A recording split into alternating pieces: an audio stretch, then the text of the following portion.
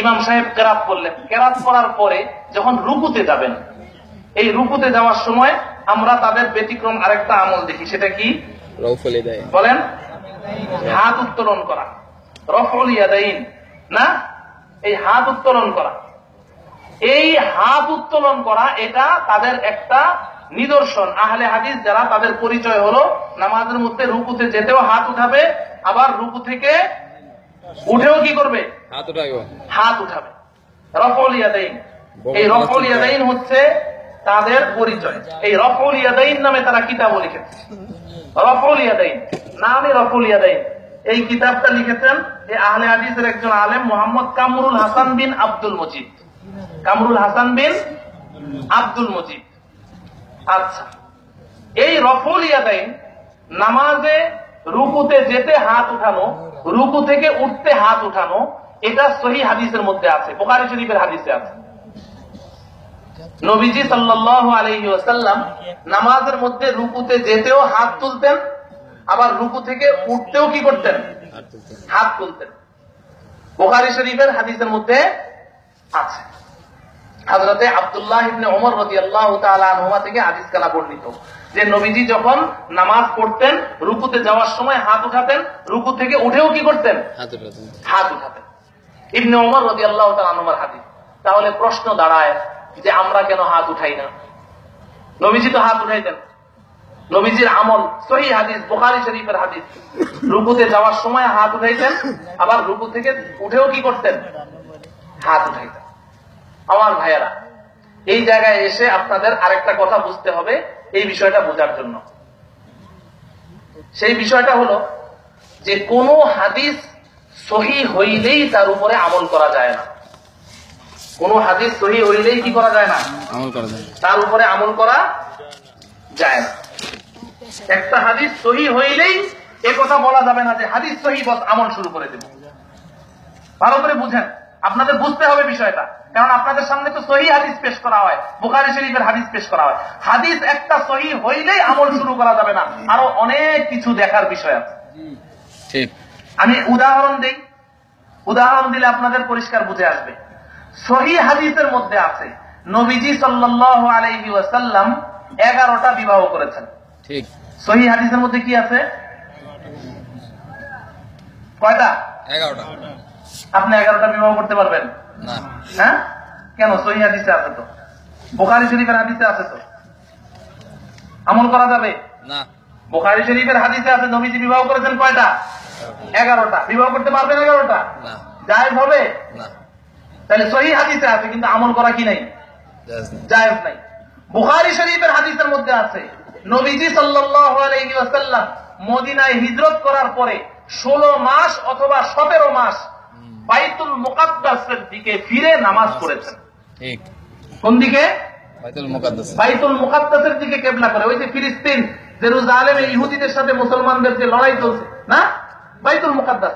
নবীজি বাইতুল মুকাদ্দাসের দিকে ফিরে 16 মাস অথবা 17 মাস ওই বাইতুল মুকাদ্দাসের দিকে, কাবা ঘরের দিকে ফিরেন নাই, বাইতুল মুকাদ্দাসের দিকে ফিরে 16 মাস অথবা 17 মাস নবীজি নামাজ পড়েছেন। ও আহলে হাদিস ভাইয়ারা, আপনারা তো হাদিসের উপরে আমল করেন, সহিহ হাদিসের উপরে আমল করেন। 16 মাস 17 মাস লাগবে না, এক ওয়াক্ত নামাজ বাইতুল মুকাদ্দাসের দিকে ফিরে আমাদেরকে পড়ে দেখান। ঠিক, ঠিক পড়বে? সহিহ হাদিস তো, বুখারী শরীফে আছে তো, পড়া যাবে না? কাবার দিকে ফিরে না পড়ে যদি আমি অন্যদিকে ফিরে নামাজ পড়ি, তাহলে নামাজ তো দূরের কথা, ঈমান থাকবে না। হাদিস তো সহিহ, আমল করলে ঈমান নিয়ে টানাটানি, আমল করলে কি ঈমান নিয়ে টানাটানি। সহিহ হাদিসের আরেকটা ঘটনা শোনাই আপনাদেরকে, বুঝতে আরো সহজ হবে। আমাদের একজন আকাবির ছিলেন হযরত আমিন সফদার রাহমাতুল্লাহি আলাইহি। আমিন সফদার রাহমাতুল্লাহি আলাইহি উনি এই আহলে হাদিস ভাইদের এক মসজিদ, উনি চিনে নাই যে এটা আহলে হাদিসদের মসজিদ, মসজিদে গিয়ে উনি নামাজ পড়েছেন। তো ওনার পাশে আরেকজন নওজোয়ান যুবক আহলে হাদিস ভাই, উনিও নামাজ পড়েছেন। নামাজের পরে এখন ওই যুবক হযরত আমিন সফদার রাহমাতুল্লাহি আলাইহিকে ধরে বলছে যে, ও মুরব্বী, আপনার নামাজ তো হয় নাই, আপনার নামাজ। বলে, বাবা কেন আমার নামাজ হয় নাই? কয়, আপনার নামাজ বুখারী শরীফের হাদিস অনুযায়ী হয় নাই। আপনার নামাজ বুখারী শরীফের হাদিস অনুযায়ী হয় নাই। আর বুখারী শরীফের হাদিস মতো নামাজ না পড়লে নামাজ হবে না। বুখারী শরীফের মধ্যে আছে রুকুতে যেতে হাত তুলতে হয়, রুকু থেকে উঠে হাত তুলতে হয়, নবীজি তুলেছেন। তা আপনি তো বুখারী শরীফের হাদিস অনুযায়ী নামাজ পড়েন নাই, আপনার নামাজ হয় নাই। হযরতে আমিন সফদর রহমতুল্লাহ আলাইহি তিনি বললেন যে বুখারী শরীফের হাদিস অনুযায়ী যদি কেউ নামাজ না পড়ে তাহলে তার নামাজ হয় না, তাহলে তোমারও নামাজ হয় নাই। তাহলে তোমারও কি হয় নাই? বলে কেন? আমি তো বুখারী শরীফের হাদিস অনুযায়ী নামাজ পড়েছি। কয় না। বলে কিভাবে? কয় যে বুখারী শরীফের মধ্যে আছে নবীজি সাল্লাল্লাহু আলাইহি ওয়াসাল্লাম জুতা পায়ে দিয়ে নামাজ পড়েছেন, তুমি তো খালি পায়ে নামাজ পড়েছো, তোমার নামাজ হয় নাই। বুখারী শরীফের মধ্যে আছে, উলামায়ে কেরাম আছেন এখানে, জুতা পায়ে দিয়ে নবীজি নামাজ পড়েছেন, তো তুমি তো খালি পায়ে নামাজ পড়লা, তাহলে বুখারী শরীফের হাদিস অনুযায়ী তোমার কি হয় নাই? বুখারী শরীফের মধ্যে আছে নবীজি সাল্লাল্লাহু আলাইহি ওয়াসাল্লাম এক কাপড় গায়ে দিয়ে নামাজ পড়েছেন, তোমার গায়ে তো দেখি আমি 5 কাপড়, তোমারও নামাজ হয় নাই। কারণ বুখারী শরীফের হাদিস অনুযায়ী তোমার নামাজ, নবীজির গায়ে ছিল একটা চাদর, একটা চাদর পেঁচিয়ে নবীজি নামাজ পড়েছেন, বুখারী শরীফের হাদিস। তো তুমি তো বুখারী শরীফের হাদিস অনুযায়ী নামাজ পড়লে না, তোমার নামাজ হয় নাই।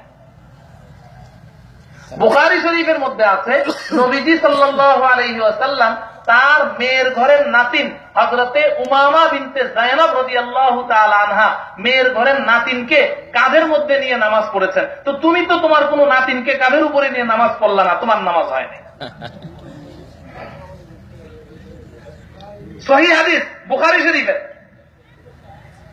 এখন ওই যুবক তো বড় চিন্তায় পড়ে গেল যে বুখারী শরীফের হাদিস অনুযায়ী আমার নামাজ হয় নাই, জুতাও পায়ে দিলাম না, এক কাপড়েও পড়লাম না, 3-4 কাপড় শরীরে, আবার কোন নাতিন তো আমার নাই, তাহলে তো নাতিন হওয়া পর্যন্ত তো নামাজ আর হবে না।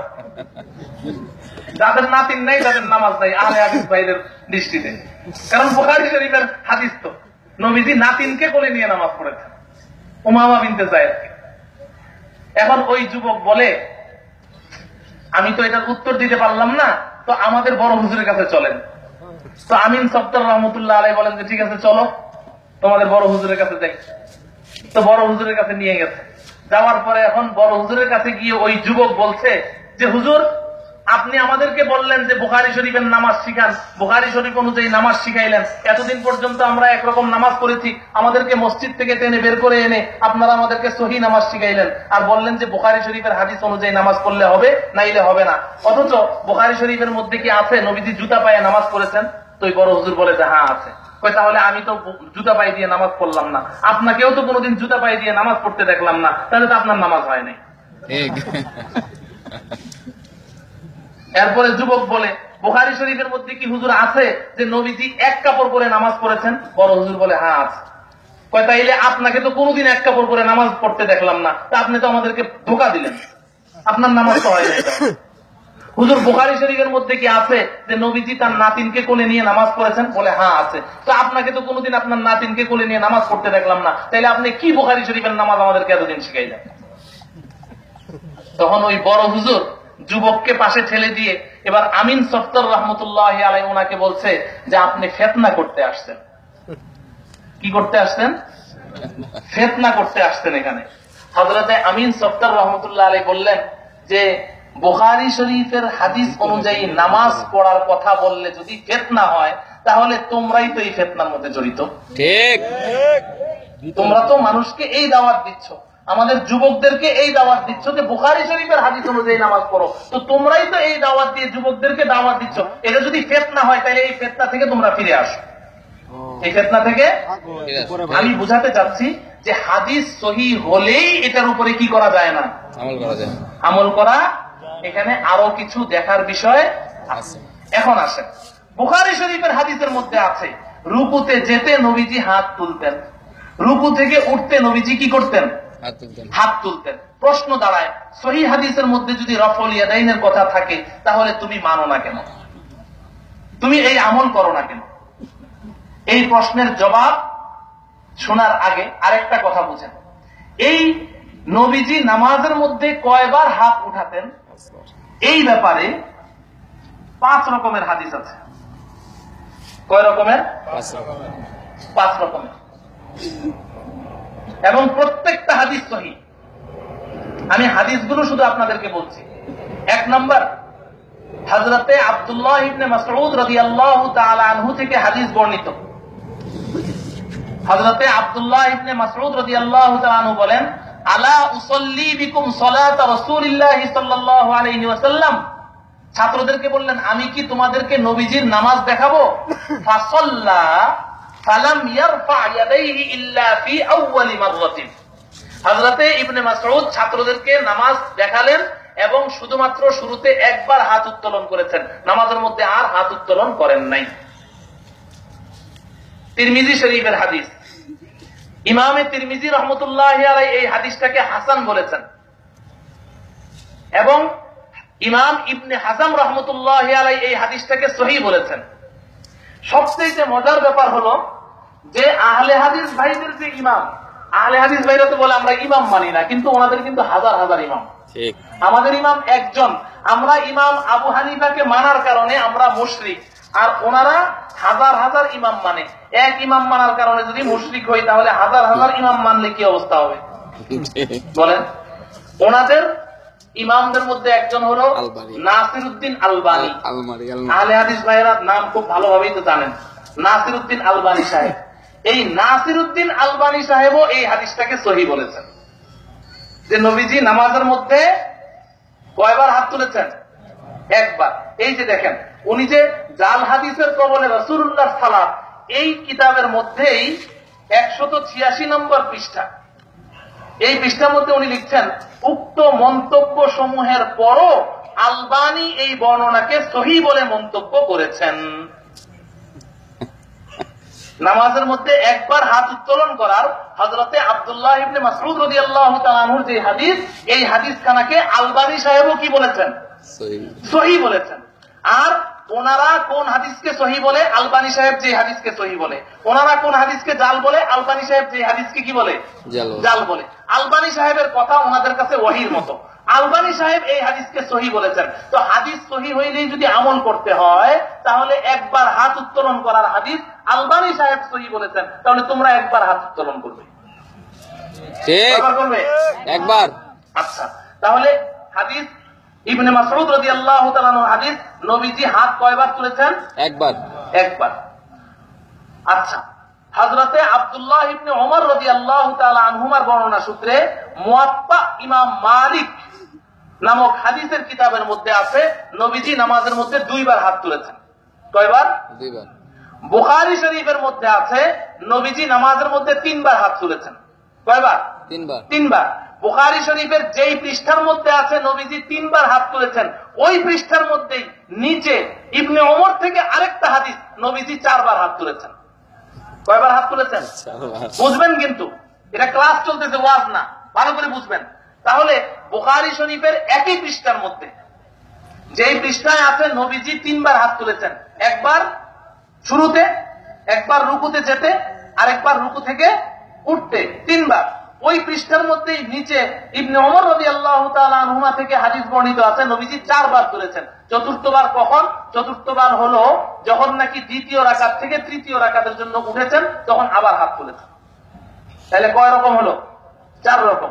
ইমামে বুখারী রাহমাতুল্লাহি আলাইহি জুজউ রাফইল ইয়াদাইন নামক আরেকটা কিতাব লিখেছেন। ওই কিতাবের মধ্যে হযরতে ইবনে ওমর থেকে হাদিস বর্ণনা করেছেন নবীজি সাল্লাল্লাহু আলাইহি ওয়াসাল্লাম নামাজের মধ্যে 5 বার হাত উত্তোলন করেছেন। কয়বার? 5 বার। ইমামে তাহাবী রাহমাতুল্লাহি আলাইহি তাহাবী শরীফের মধ্যে সহিহ সনদে হাদিস বর্ণনা করেছেন, কানা রাসূলুল্লাহ সাল্লাল্লাহু আলাইহি ওয়াসাল্লাম ইয়ারফাউ ইয়াদাইহি ফি কুল্লি রাফইন ওয়া খাফদিন, নবীজি নামাজের প্রত্যেক উঠা বসায় হাত উঠাতেন। প্রত্যেক উঠা বসায় কি করতেন? হাদিস কয় রকম হলো? 6 রকম। কয় রকম হলো? 6 রকম। বুঝেন ভালো করে, ভালো করে বুঝবেন। একবার হাত তুলেছেন, সহিহ হাদিসের মধ্যে আছে।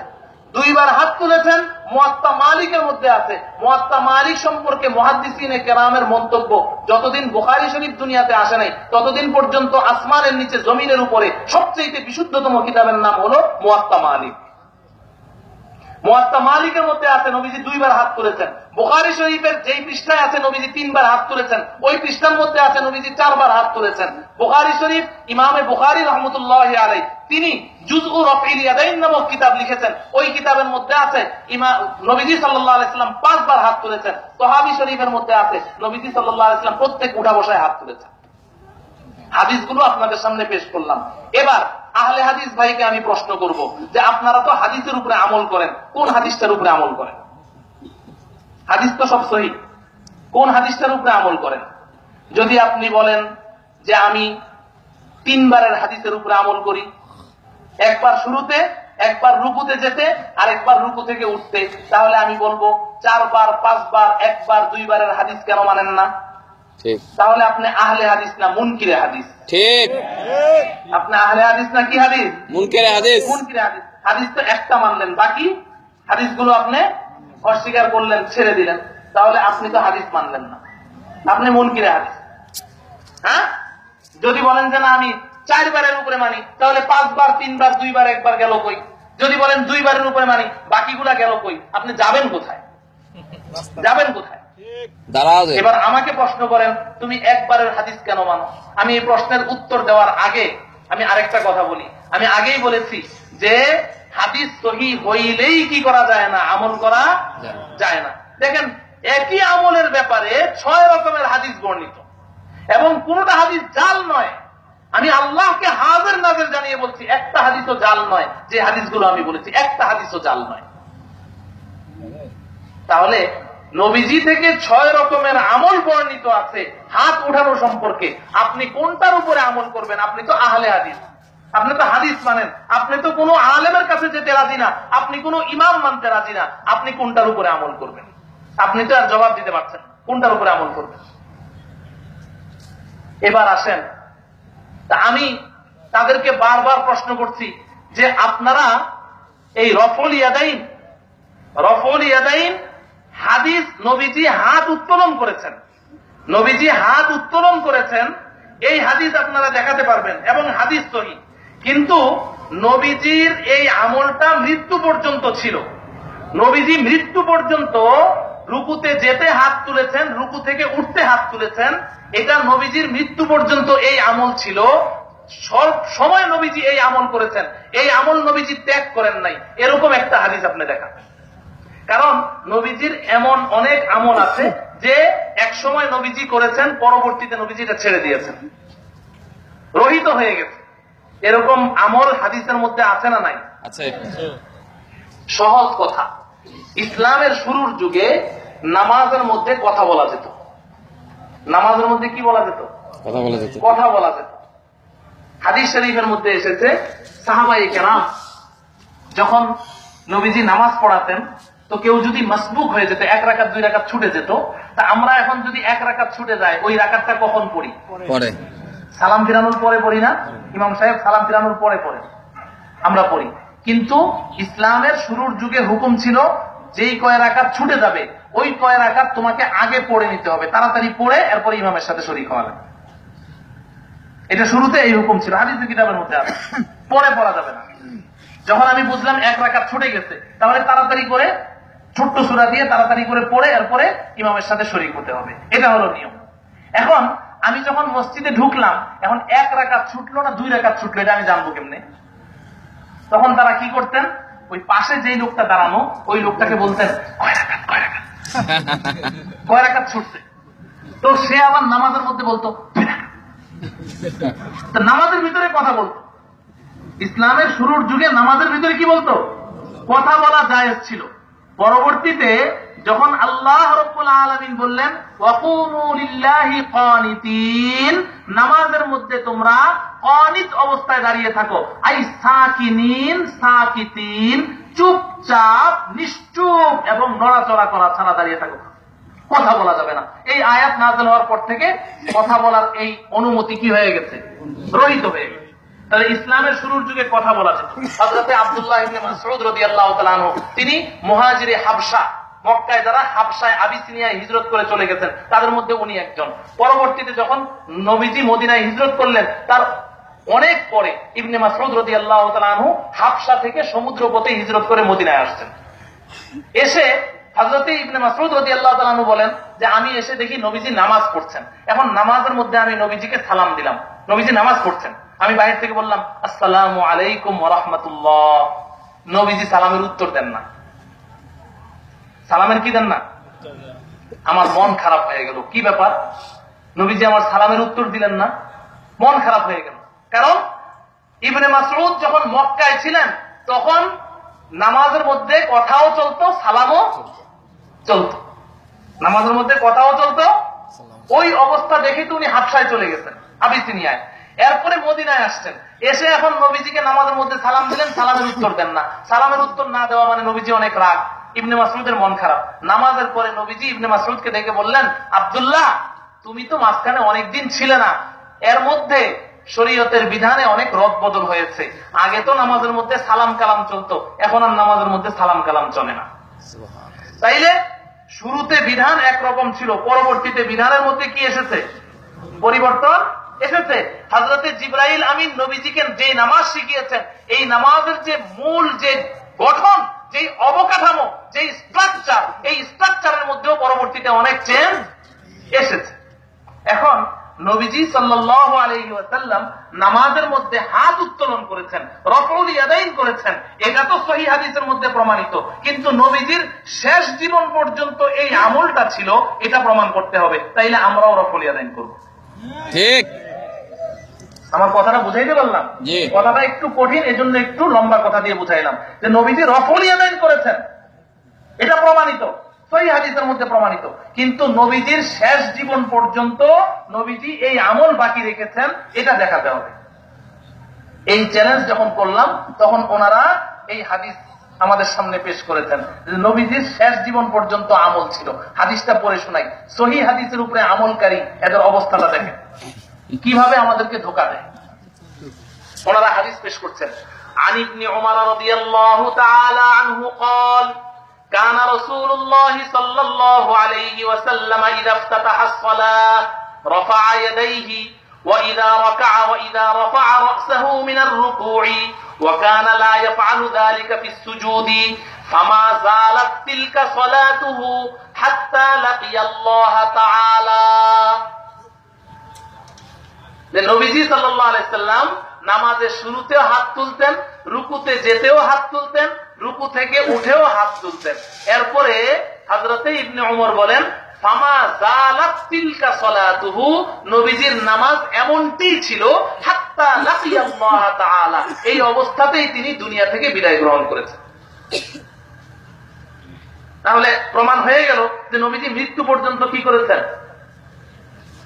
রফউল ইয়াদাইন, রুকুতে যেতেও হাত তুলেছেন, রুকু থেকে উঠেও কি করেছেন? হাত তুলেছেন। ফামা যালাত তিলকা সালাতুহু হাত্তা লাকিয়াল্লাহ, মৃত্যু পর্যন্ত নবীজির এই আমল ছিল। রাওয়াহুল বাইহাকি, এই হাদিস খানা রাওয়াহুল বাইহাকি। দেখেন ওনাদের সহিহ হাদিস, বাইহাকি, ইবনু হাজার আসকালানী তালখিসুল হাবির, আদ-দিরায়া ফি তাখরিজ আহাদিসিল হিদায়াহ, নসবুর রায়া, সনদ সহিহ, সনদ সহিহ, 25 নম্বর পৃষ্ঠা, নির্বাচিত হাদিস, মুজাফফর বিন মুহসিন, উনি বলছেন এই হাদিসের সনদ সহিহ। ঠিক আছে, তাহলে উনি সহিহ হাদিস পেশ করে দিলেন, নবীজি মৃত্যু পর্যন্ত রুকুতে যেতেও হাত তুলেছেন, রুকু থেকে উঠেও কি করেছেন? উনি বলছেন সনদ সহিহ। এবার আমি আপনাদের সামনে একটু সংক্ষেপে না বললেই পারছি না, এই হাদিস খানা বাইহাকি শরীফের মধ্যে আছে। এই হাদিসের বর্ণনাকারী একজনের নাম হলো ইসমাত ইবনু মুহাম্মদ আল আনসারী। ইসমাত ইবনু মুহাম্মদ আল আনসারী নামক এক ব্যক্তি এই হাদিসটা বর্ণনা করেছেন। এখন শুনেন ইসমাত ইবনু মুহাম্মদ আল আনসারী এই মানুষটা সম্পর্কে মুহাদ্দিসিন কি বলেন। قال ابو حاتم ليس بقوي وقال يحيى بن معين كذاب يضع الحديث। ইমাম ইয়াহইয়া ইবনে মাইন রাহমাতুল্লাহি আলাইহি তিনি বলেন এই বেটা একজন কট্টর মিথ্যাবাদী, নিজে নিজে হাদিস বানায়। নাউজুবিল্লাহ, কাযাবুন ইয়াদউল হাদিস। وقال العقيلي حدث بالبواطيل عن الثقات। ইমাম উকাইলি রাহমাতুল্লাহি আলাইহি বলেন যে ইসমা এমন এক ব্যক্তি, সে নির্ভরযোগ্য রাবীদের নাম দিয়ে দিয়ে মিথ্যা কথা বাজারে ছেড়ে দিত। নাউজুবিল্লাহ। وقال الدارقطني متروك। ইমাম দারাকুতনি রাহমাতুল্লাহ আলাইহি বলেন এই বেটা হাদিসের ব্যাপারে সম্পূর্ণ অগ্রহণযোগ্য। ওয়াকালা ইবনু আদি কুল্লু হাদিসিহি গায়রু মাহফুজিন। ইমাম ইবনে আদি রাহমাতুল্লাহ আলাইহি বলেন যে এই আসমা ইবনে মুহাম্মদ আল আনসারী যত হাদিস বর্ণনা করেছে একটা হাদিসও গ্রহণযোগ্য না। এই কথাগুলো কোথায় আছে? মিজানুল ইতিদাল ফি মারাতিবির রিজাল। আল্লামা হাফেজ ইবনে হাজার আসকালানী রাহমাতুল্লাহি আলাইহি মিজানুল ইতিদাল নামক কিতাবের তৃতীয় খণ্ড ৬৭ নম্বর পৃষ্ঠার মধ্যে এই কথাগুলো আছে। ৬৮ নম্বর পৃষ্ঠা। যে মুহাদ্দিসিনে কেরাম যারা হাদিসের পরখ করেন, যাদেরকে জাওহারি বলা হয়, হাদিসের জাওহারি, স্বর্ণকার জাওহারি, যারা স্বর্ণ হাতে নিয়ে বলে দেন যে এটা স্বর্ণ না ভেজাল। তো মুহাদ্দিসিনদের মধ্যে ইমাম আবু হাতেম, ইমাম ইয়াহইয়া ইবনে মাইন, ইমাম উকাইলি, এরকম ভাবে দারাকুতনি, ইবনে আদি, এরা সব ছিলেন হাদিসের জাওহারি। ইমাম বুখারী রাহমাতুল্লাহি আলাইহি আরো পূর্বের পরের এরকম মুহাদ্দিসিনে কেরাম তারা এই ইসমা সম্পর্কে এই মন্তব্য করেছে যে কট্টর মিথ্যাবাদী, সে নিজে নিজে হাদিস বানায়। এরকম একজন মানুষের হাদিস আমাদের সামনে পেশ করেছেন কারা? সহিহ হাদিসের উপরে আমলকারী দাবিদার। ঠিক কিনা? সহিহ হাদিসের উপরে আমল করে। যে নবীজির মৃত্যু পর্যন্ত কি ছিল? এই রফুল ইয়াদাইনের আমল ছিল। এবার আসেন, আমরা একবার কেন হাত উঠাই আর রুকুতে যেতে, রুকু থেকে উঠতে বারবার হাত কেন উঠাই না? এটা জানার দরকার না? এটা তো ওনাদের অবস্থাটা আমরা বললাম। নবীজি হাত তুলেছেন, সহিহ হাদিসের মধ্যে আছে, বুখারী শরীফের মধ্যে আছে, আমরা কেন তুলি না? এটা জানতে হবে না? আচ্ছা, এখন শুধু এটা জানেন যে আমরা কেন উঠাই না। হাদিস শুনেন। আন জাবির ইবনে সামুরা রাদিয়াল্লাহু তাআলা আনহু قال خرج علينا رسول الله صلى الله عليه وسلم فقال ما لي أراكم رافعي أيديكم كأنها أذناب خيل شمس اسكنوا في الصلاة। হাদিস খানা আছে কোথায়?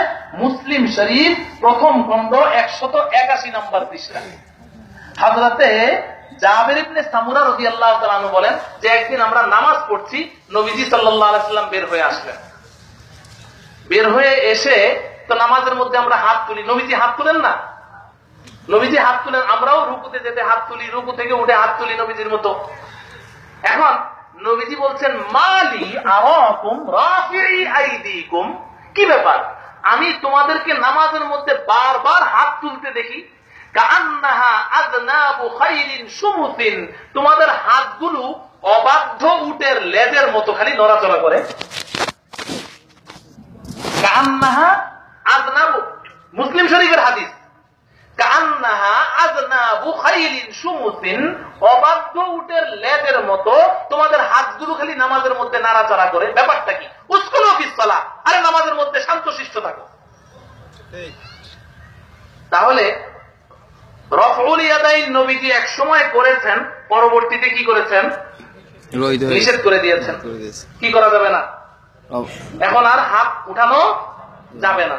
তাহলে নবীজি হাত তুলেছেন, ওইটাও হাদিসের মধ্যে আছে, পরবর্তীতে নিষেধ করেছেন, এটাও হাদিসের মধ্যে আছে। আমি আপনাদেরকে বলি, বাবা সন্তানকে সকাল 8টায় বললেন যে বাবা বিকাল 4টার সময় তুমি মিরপুর 1 নাম্বার প্রিন্স বাজারে আমার সাথে দেখা করবে। সকাল কয়টায় বলেছে? 8টায়। 10টার সময় আবার বললেন যে না, যাওয়া লাগবে না, প্রিন্স বাজারে যাওয়া লাগবে না। এখন এই সন্তান বাবার কোন নির্দেশটা মানবে? 8টার নির্দেশ না 10টার নির্দেশ? 10টার। এখন যদি এই সন্তান যদি বিকাল 4টায় প্রিন্স বাজারে যায়, গিয়ে বাবাকে না পায়, ঘরে এসে গালাগালি শুরু করে, আব্বা প্রিন্স বাজারে যাইতে বললা 4টার সময়, গিয়ে আমি 1 ঘন্টা বসে থাকলাম, তোমাকে পাইলাম না, ব্যাপারটা এই সন্তানটাকে মানুষ পাগল বলবে না? হ্যাঁ, কারণ 2 ঘন্টা পরে তো বাবা আবার কি করেছে? নিষেধ করেছে। তো তোকে নিষেধ করলো, তুই গেলি কেন? ঠিক কিনা? দুটোটাই তো বাবার হুকুম। প্রিন্স বাজারে যাওয়াটাও বাবার নির্দেশ, আবার না যাওয়াটাও কি? দুটোটাই বাবার নির্দেশ, কিন্তু মানতে হবে কোনটা? তো নবীজি সাল্লাল্লাহু আলাইহি ওয়াসাল্লাম সহিহ হাদিসের মধ্যে আছে রফউল ইয়াদাইন করেছেন, আবার সহিহ হাদিসের মধ্যে আছে সাহাবায়ে কেরামকে কি করেছেন? নিষেধ করেছেন। তা আপনি কোনটার উপরে আমল করবেন? পরেরটা। হ্যাঁ, পরেরটা। নাকি রফউল ইয়াদাইন করবেন আর বলবেন আমি সহিহ হাদিস মানি? হ্যাঁ, সহিহ হাদিসের মধ্যে আছে নবীজি কি করেছেন? 16 মাস অথবা 17 মাস কি করেছেন? বাইতুল মুকাদ্দাসের দিকে ফিরে নামাজ পড়েছেন, কিন্তু পরবর্তীতে উম্মতকে নির্দেশ দিয়েছেন তোমরা এখন কি করো, কাবার দিকে ফিরে নামাজ পড়ো। এমনকি আমরা আগেরটা মানি না পরেরটা মানি? কেন? আগেরটা কি হয়ে গেছে? রহিত হয়ে গেছে, ক্যান্সেল হয়ে গেছে। ঠিক তদ্রুপ যখন সহিহ হাদিসের মধ্যে আমরা পেলাম নবীজি নিষেধ করলেন, তাহলে এখন হাদিস মানা হবে কি হাত তুললে না না তুললে? না তুললে। পরিষ্কার। কোন কিতাবের হাদিস? মুসলিম শরীফের হাদিস। কোন কিতাবের হাদিস? মুসলিম শরীফের হাদিস। তো একটা হাদিস যখন দেখালাম আর সামনে তো আর দরকার নেই, সহিহ হাদিস না, এখানে অনেকগুলো হাদিস আছে। তাহলে রফউল ইয়াদাইন না করা এটা নবীজির আদেশ মান্য করা হবে, ঠিক না বেঠিক? নামাজের মধ্যে এতটুকু